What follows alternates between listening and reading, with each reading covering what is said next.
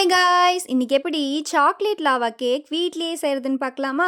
இதுக்காக 50 கிராம் அளவு சாக்லேட் எடுத்திருக்கேன். இது கூட ஆயில் சேர்த்து அத நல்லா மெல்ட் பண்ணி எடுத்து வச்சுக்குங்க. இப்போ இன்னொரு பவுல் எடுத்துக்கலாம். அதில 1 கப் அளவு மைதா சேர்த்து இத நல்லா ஜலிச்சு எடுத்துக்குங்க. இது கூடவே 1/4 கப் அளவு கொக்கோ பவுடர் சேர்த்திருக்கேன். இதையும் வந்துட்டு நல்லா ஜலிச்சு எடுத்துக்குங்க.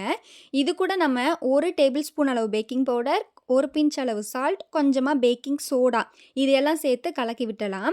இது கூடவே 1/4 கப் அளவு மில்க்கும், 1 மூடி அளவு வெண்ணிலா எசன்ஸும் சேர்த்திக்கிறேன். இப்போ இதையும் நல்லா மிக்ஸ் பண்ணி விட்டுருங்க. நல்லா மிக்ஸ் பண்ணிட்டு இருக்கும்போது, நம்ம மெல்ட் பண்ணி வச்சோம் இல்லையா, அந்த சாக்லேட்டையும் உள்ள வந்துட்டு ஆட் பண்ணிக்கங்க. அவ்வளோதான். சாக்லேட் வந்து ஆட் பண்ணதுக்கப்புறமா, விஸ்க வச்சு நல்லா ஃபுல்லா அந்த இன்கிரீடியன்ட்ஸ் வந்துட்டு ஈவனா ஸ்ப்ரெட் ஆகுற அளவுக்கு நல்லா கலக்கி விட்டுறலாம். இப்போ இது கூட 2 டேபிள் ஸ்பூன் அளவு கர்ட் சேர்த்திக்கிறேன். கர்ட் சேர்த்துனதுக்கப்புறம் இத மிக்ஸ் பண்ணி சைட்ல வச்சுருங்க.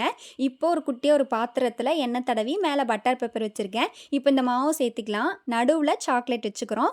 இதுக்கு மேல திருப்பியும் மாவு சேர்த்திக்குங்க.